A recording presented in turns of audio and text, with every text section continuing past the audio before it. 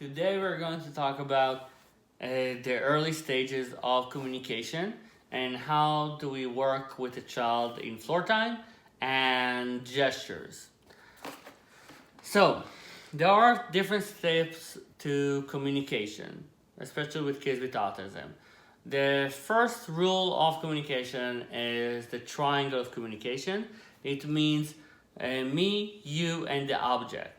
So if it's me and Jenny, and our steps are the object. So there is the triangle of the communication. So where is your child in the communication steps is very important. So at first it seems to you that the child doesn't react, that he's only in his own world and only wants to get his needs. For example, he only looks for food, game, comfort, and that's it. So that child is on our steps of communication is a very low one because he's taking only as him in the world. As you remember from our first video, we said in the Umwelt, we are looking at me in the world to see where we are. And that child is in his own world, in his own needs, and he doesn't find the need to communicate with you because A, you give him everything that he needs, so he doesn't need to ask you, and B, if you don't give it to him, they drag you to it. So for example, you can see, oh, Jenny will take my hand. Oh, I want this. Oh, I want this. And I have to guess. So let's say that I have several things here. I have a cup, I have juice, I have chocolate. She will put my hand here, and she will try to move my hand towards the chocolate. So I would know what she wants. So I will have to be her mind, her intention, and everything else. She might even do this. She might take a block, she might take a step, and put it on my hand so I will take it. To show me, oh, I want you to take this. To take it, okay, put on. So she will show me what she wants. She will drag me to the kitchen to show me a bottle of water that she wants to drink, or take me to the bathroom to show me that she needs to go. So that is a child that uses us as furniture. One other thing is that she will sit on me or she will climb on me and just try to use me as the stepping stool for something that is higher than her. So if that is a child that he has his own agenda and he's not able to, what do I need to say to communicate with the other person that's next to me, or there is another person next to me. If that is the issue, we are in a very low step. We are in an area where we need to be the advocate to our kid. It means that we are going to learn new ways of communication.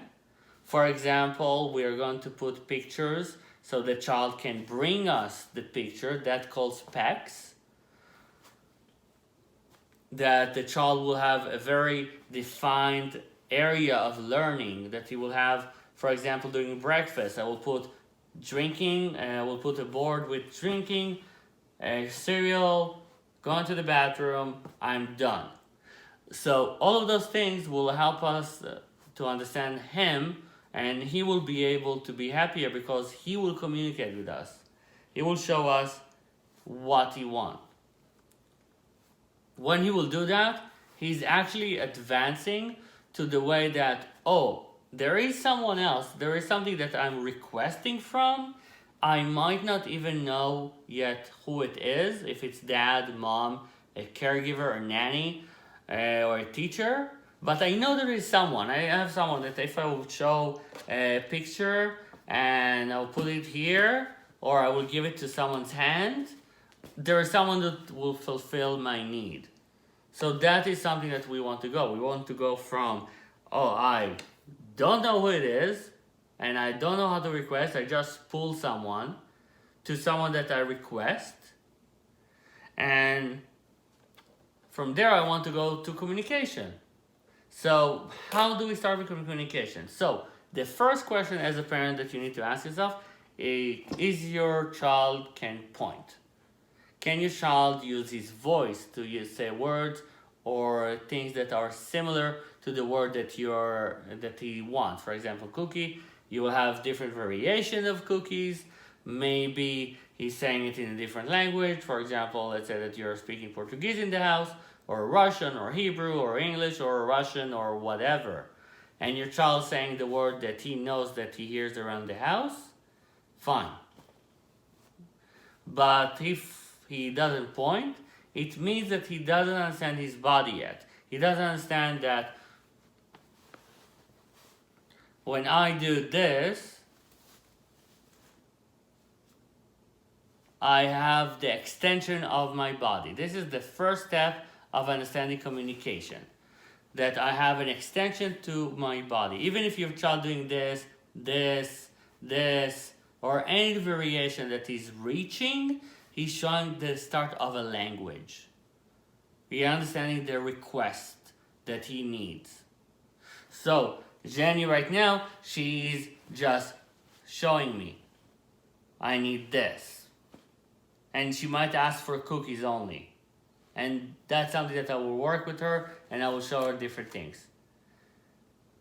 I can show her, okay, show me, wait, where is the green? And she will point or say the hand, and that's okay. And if she's tactile and we are using different structures, she will love the activity. But the first thing is to teach them to point and to teach them also to do picture exchange. That will teach them how to work and to understand words as communication. Because if I will bring you this and I do this, I can do this also. But if I'm doing this, I'm doing the extension of the word. Then I can say every time that the child is pointing, I'm saying the word. I don't say, oh, good job, Jenny, you're pointing on a cookie. That's too much. You are using too much information for the child. You're using the whole grammar of it. Your child is confused. Don't do it. Use only one word. Let's say that Jenny is pointing on this. I say, oh, pillow. Pillow. And give it to her. And if I see like she knows the word pillow, or I see that she understands it, I will add the color of it. Oh, green pillow. Or then I will change it. I will say, oh, do you want orange pillow or blue pillow? Or purple pillow, it doesn't matter. And from there, we will start to communicate higher and higher level. But I won't start with her, okay, Jenny, what do you want? I know that she's here. I know that she's pointing on it. So I know that, oh, she wants this. I won't say, oh, you want the pillow. Here you go. Here is the pillow. That is too much information. I will say, pillow, green pillow, or take green pillow. I will add the action word after.